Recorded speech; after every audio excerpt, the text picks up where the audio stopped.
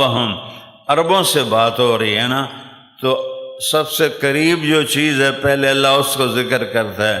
اور جس اٹھتے بیٹھے ہوئے ہو کدی انہوں ویکھیا تا کرو کہ کیوں جا بنا ہے، اونٹ کو دیکھو تو صحیح یہ کیسے بنا ہوا ہے، کوئی شے سدھی نہیں ہر شے ڈنگی چبی ہے، ہر شے۔ اور کیسی سواری ہے، ریت کا بادشاہ۔ ہمارا ریت پہ پاؤں پڑ جائے، چھالا پڑ جائے، اور وہ ہزاروں کلومیٹر ریت پر چلتا ہے، اللہ نے ایسے کشن لگائے ہیں اس کے پاؤں میں کہ انہوں ہوندا ہی کچھ نہیں، انہوں ریت دی گرمی لگدی کوئی نہیں۔ اللہ تعالیٰ کہتا ہے دیکھو یہ کس نے بنایا ہے۔ پھر اس کے گھٹنے گوڈے کیسے عجیب بنائے ہیں کہ وہ بیٹھتا کیسے ہے، اٹھتا کیسے ہے۔ کسی جانور کے ایسے گوڈے نہیں بنائے جیسے اللہ نے اونٹ کے بنائے ہیں۔ تو یہ کیسے کر لیتا ہے؟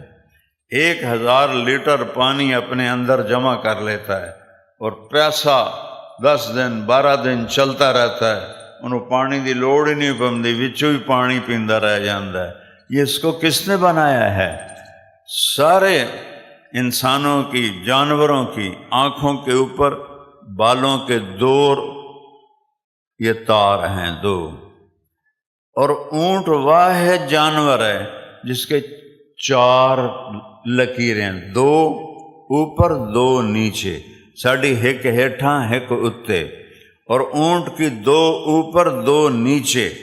جب ریت کا طوفان اٹھتا ہے تو وہ ان کو ایسے ملا لیتا ہے، ریت کا ایک ذرہ اندر نہیں جاتا، چونکہ بالوں کی 2 لائنیں اوپر ہیں، 2 لائنیں نیچے ہیں، وہ ان کو آپس میں پھنساتا ہے، تو ایک ذرہ ریت کا اندر نہیں جاتا۔ اپنے ناک کو بند کر لیتا ہے، آپ بند کر سکتے ہیں؟ بند کر کے دکھاؤ ذرا، کرو۔ ایڈے وڈے بیٹھے ہو جنے جوان، ناک ذرا بند تک کرتے دکھاؤ، ہو سکتا ہے؟ سڑا تھا ناک بھی نکا جائے۔ اونٹ کا ناک کتنا بڑا ہوتا ہے، اس کے ناک کے سوراخ کتنے بڑے ہوتے ہیں۔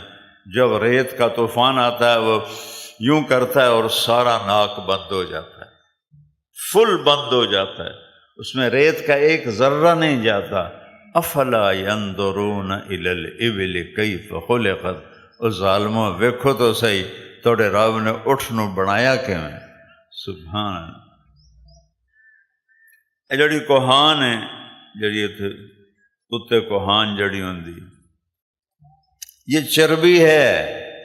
جب اسے غذا نہیں ملتی صحرا میں تو اس چربی کو کھاتا ہے اندر سے، اور پیٹ بھرتا ہے اندر سے۔ ہم پیٹ بھرتے ہیں باہر سے، وہ پیٹ بھرتا ہے اندر سے۔